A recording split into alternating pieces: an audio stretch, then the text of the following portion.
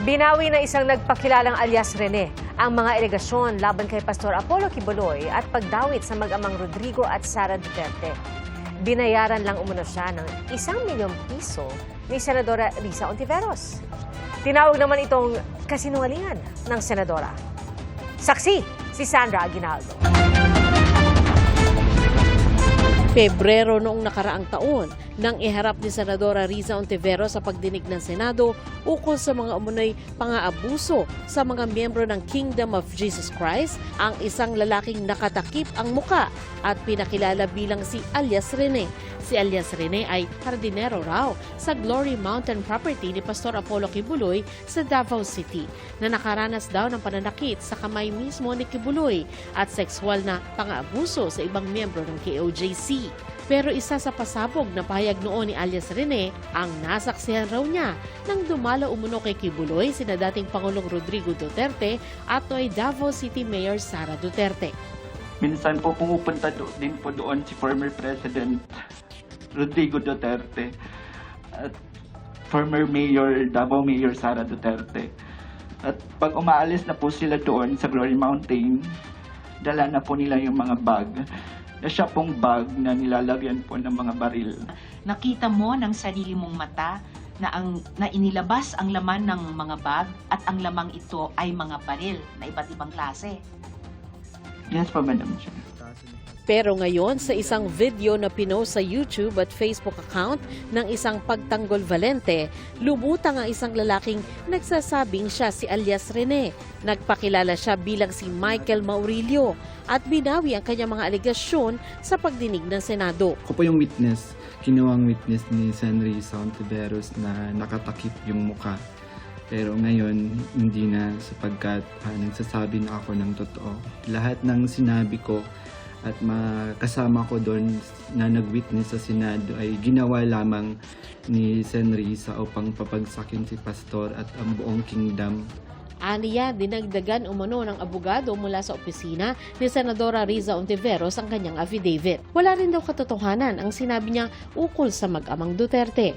Nandun din yung aligasyon na sa di umano ay nasaksihan ko tungkol sa mga baril na sangkot sina Sara Duterte at dating Pangulong Rodrigo Duterte na hindi naman totoo dahil wala naman akong nasaksihan na ganoong pangyayari. Sabi pa ni Maurilio, binayaran umano siya ng 1 milyong piso para sabihin ang mga bagay na ito. Pinatira din daw siya sa isang kondo nung panahon na yon. Ang mga sinabi ngayon ng nagpakilalang si alias Rene, tinawag ni Ontiveros na kasinungalingan. Lahat daw ng witness na iniharap sa Senate hearing tungkol kay Quiboloy ay malaya at voluntaryong nagbigay ng kanilang testimonya at mga ebidensya. Lahat daw ay may paper trail at pinatunayan pati ng ilang ahensya at opisyal. Handa raw silang ilabas ang iba't ibang screenshot at video sa tamang panahon. May rason daw sila para maniwala na pinilit o binayaran ito para madiskaril ang mga criminal proceedings laban sa pastor at pagbantaan ang kanyang mga staff at iba pang witness na nagsalita laban kay Quiboloy. Naghahanda na raw sila ng legal na hakbang laban sa anyay harassment at intimidation. Hindi raw nila palalampasin ang mga nasa likod ng pananakot na ito. Sinusubukan pa naming kunin ang panig ni Quiboloy at ng mga Duterte. Para sa GMA Integrated News, Sandra Aguinaldo, ang inyong saksi. Target po ng Department of Health na pagdating ng taong 2030 ay wala nang mamamatay dahil sa sakit na dengue. At pinag-aaralan din nila ang iba pang paraan para labanan ng sakit.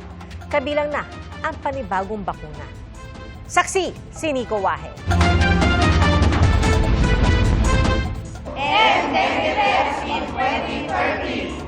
Yan ang target ng Philippine Medical Association kaugnay sa kaso ng dengue sa bansa sa isinagawa nilang second dengue summit sa isang hotel sa Quezon City. Sa ngayon kasi problema pa rin ang dengue sa iba't ibang panig ng bansa.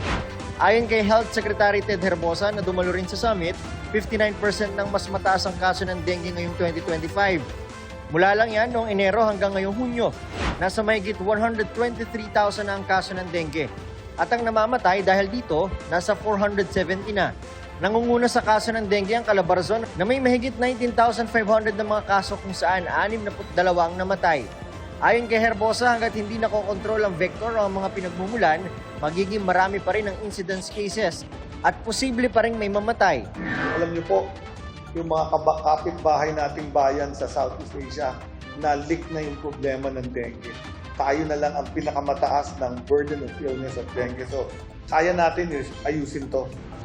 Bukod sa mga kampanya ng DOH kontra dengue, may mga tinitignan pa rin daw silang iba pang mga solusyon. Gaya ng ginawang Wolbachia method sa Jakarta, Indonesia, kung saan pinalalaganap ang bakterya sa lamok para mapigilan ito. So, the data of the Indonesian Health Minister, it looks very promising. Pero ang pinakamahalaga sa lahat ay ang bakuna sa dengue na hanggang ngayon ay wala pa rin sa bansa. Ang huli pa ay ang Dengvaxia na hindi na rin available sa Pilipinas matapos sa mga naging issue nito noon. Ang tinitingnan daw ngayon ng DOH ay ang Qdenga dengue vaccine na ginagamit na ng 40 bansa sa mundo. Medyo naipit lang daw ang pag-a-apply nito sa FDA sa Pilipinas. They still have to submit 2 more items. Number 1 is their risk management plan in case something happens like what happened in Dengvaxia. And number 2, we're still awaiting for their reasons why they pulled it out of other FDA markets like the US, like some other Singapore. I think they pulled out also its FDA. So we're just waiting for that, and if they submit that, I think we can give the CPR. Pero hindi raw ito gagamitin bilang mass-based immunization. Sa mga ospital lang daw ito gagamitin. Ang PMA, bakuna rin na nakikitang solusyon para mas lalong maabot ang zero deaths sa 2030. The newer one, it's much better in a sense. Kasi yung pinanggalingan nung una, it was cloned out of yellow fever. Ito ngayong itong new dengue vaccine, it was taken out from previous dengue cases. So talagang specific for dengue cases. Para sa GMA Integrated News, ako si Nico Wahe, ang inyong saksi. Tinapos na po ng Israel ang state of emergency nito kasunod ng ceasefire sa pagitan nila at ng Iran. At ayon kay Israeli Ambassador Ilan Floops sa panayam ng GMA News Online, back to normal na ang sitwasyon doon. Sa gitna po ng tigil-putukan, parehong inaangkin ng Israel at Iran ang tagumpay. Saksi si JP Soriano. Nagkalat pa rin ang mga wasak na gamit at debris sa gusaling ito sa Tehran, sa Iran. Batay sa ulat ng Iranian state media, isa raw ito sa mga gusaling tinamaan ng airstrike ng Israel noong Biyernes. Ayon sa mga otoridad sa Iran, mahigit 600 ang patay roon mula nang simula ng Israel ang mga pag-atake nila noong June 13. Sa Israel, 28 ang patay. Bagamat inakusahan ng Israel at Iran ang isa't isa ng paglabag sa mga unang oras ng ceasefire na inanunsyo ni US President Donald Trump, sa ngayon, parehong inangkin ng Israel at Iran ang tagumpay. Si Prime Minister Benjamin Netanyahu ng Israel nagpasalamat pa rin sa Amerika kahit nadismaya si Trump sa napaulat na mga paglabag sa ceasefire. Pero dapat daw makompleto ang kampanya laban sa Iran, Hamas sa Gaza at maibalik sa Israel ang mga hostage doon. Ang Iran naman sinabing napigil ang bakbakan dahil na-penetrate ng mga missile nila ang depensa ng Israel.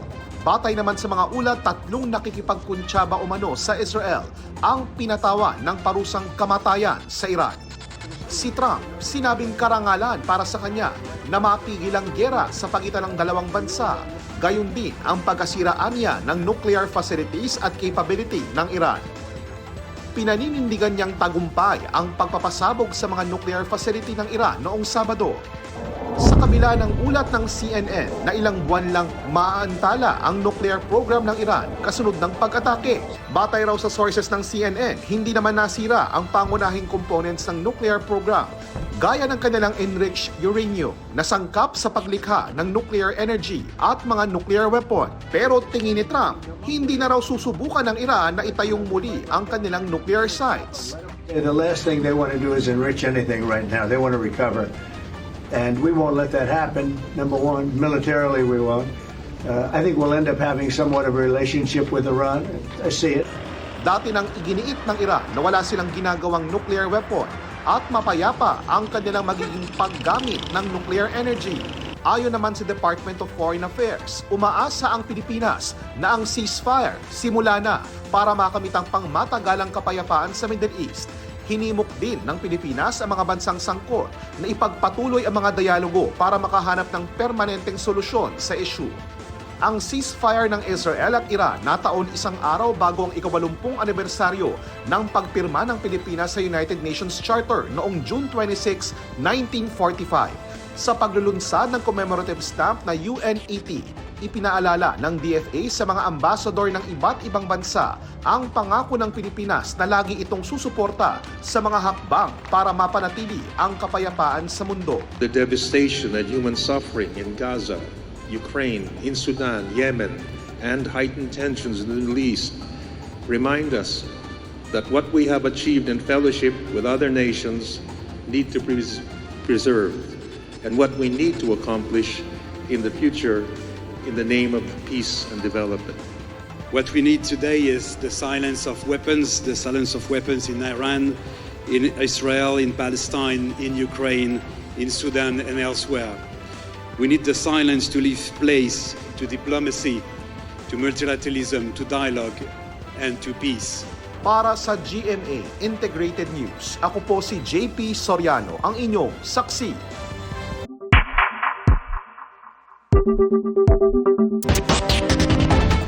Nakadepende raw sa kanyang mga abogado kung dadalo si Vice President Sara Duterte sa kanyang impeachment trial. Isinumite na kanina ng Kamara sa impeachment court ang hinihingi nitong sertipikasyon na constitutional ang impeachment complaint.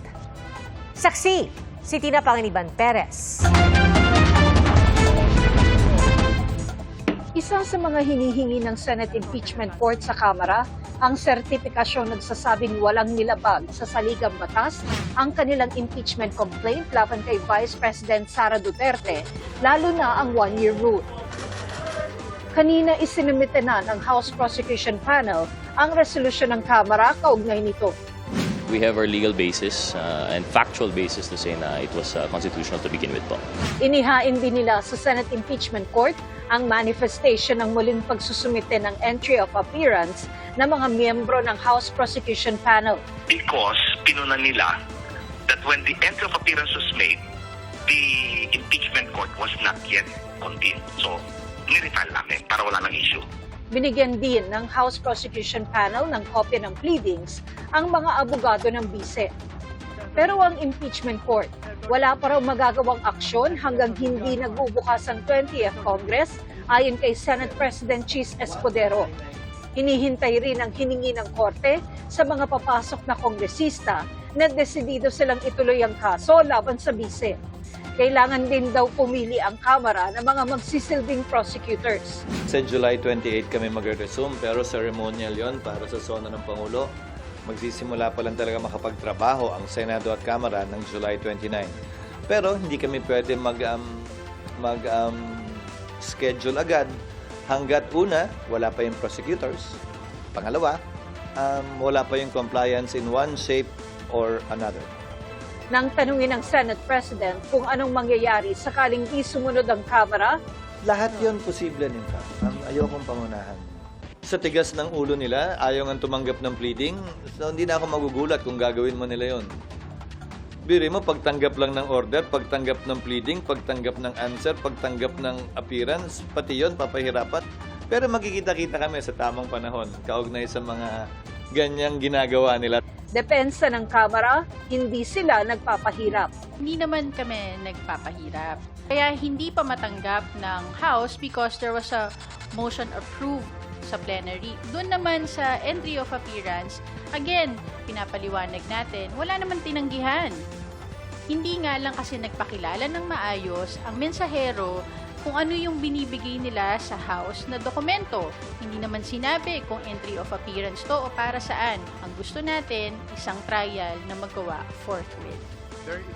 Kahit ibinalik ang articles of impeachment sa Kamara, nanindigan si Escudero na may jurisdiction pa rin ang Senate Impeachment Court sa impeachment ng bise. Sa sagot kasi ng bise sa summons ng korte, iginiit niyang wala ng jurisdiction ang impeachment court matapos nilang ibinalik ang articles of impeachment sa Kamara. I refer you back to the order itself.